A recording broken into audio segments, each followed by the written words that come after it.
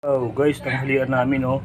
Yung maliliit na isda tapos nilagyan namin ng ipapangat namin sa kamyas. Nakahingi kami ng kamyas sa kapitbahay namin.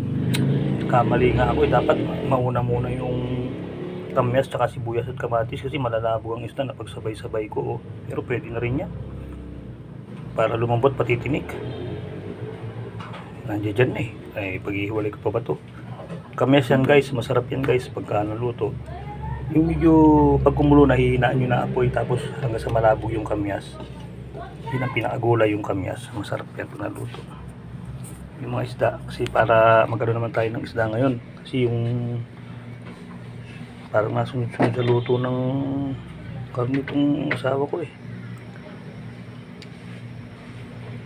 Kapon nga nung nagluto siya nung apritadang ribs ba yun? Puro gulay na lang pinagkukuha ko eh. Hindi na ako tumikim nung ribs eh. Puro carrots at patatas lang. Pati yung binaong ko.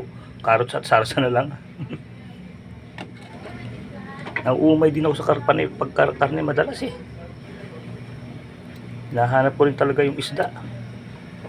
Ngayon guys, so pagka kumulo na yan, hinihintay ko lang kumulo yan, tinutodo ko apoy eh. Todo nyo muna yung apoy para mapwersa. Ganyan, yan, lakasan nyo apoy. Tingnan nyo guys, oh. Nilakasan ko yung apoy eh, oh.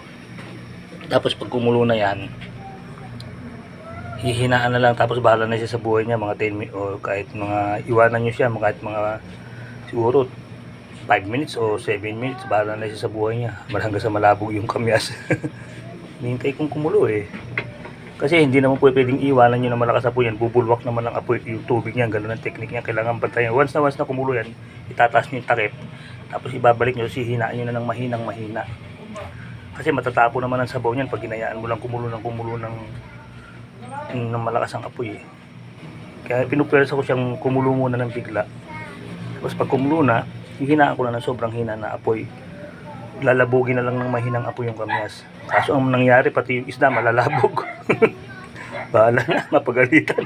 Na mali ng instruction. Sabi ng misis ko, dapat inuna ko raw ang kamyas. Eh napag-halo-halo ko na eh. Namali ng sabi, maghiwa daw ako ng kamatis, sibuyas, lagay ko kamyas, tsaka isda. Hindi niya sinabi unahin mo yung kamyas eh. Napagsama-sama ko. Pero pag naluto yan, katalo na rin yan. Pag lumambot yung tinik niyan, parang magiging siyang, yung sinaing ng mga taga Bicol ay ng mga taga Quezon. Kaya lang ito isasaing mo naman siya sa sa kamyas imbis na sa sampalok. Para pati yung subo ka na lang ng subo. Calcium pa yun pag nakakain nyo yung tinik ng isda. Parang yung sa sardinas, lumalambot ang tinik, diba? Calcium yun eh. Kaya ayan, kumukulo-kulo na, malapit na. Basta once na kumulo na po yan, hihinaan ko na yan, tapos iwanan ko na siya, bahala na siya sa buhay niya. Divorce na kami. Joke lang po yun mga guys ha. Hiwalay na kami. Iwanan ko na siya, ay kumulo na. Iyangat muna natin, aapaw yan eh. Basta kumukulo ng ganyan. Tapos, tingnan natin kumulo-kulo siya ng, yung galit na kulo. Kukulo ng galit na galit yan eh. Ayan, yan. Nag-umpisa palang magalit yan. Hindi pa masyadong galit yan. Pagalitin nyo yung kulong galit na galit.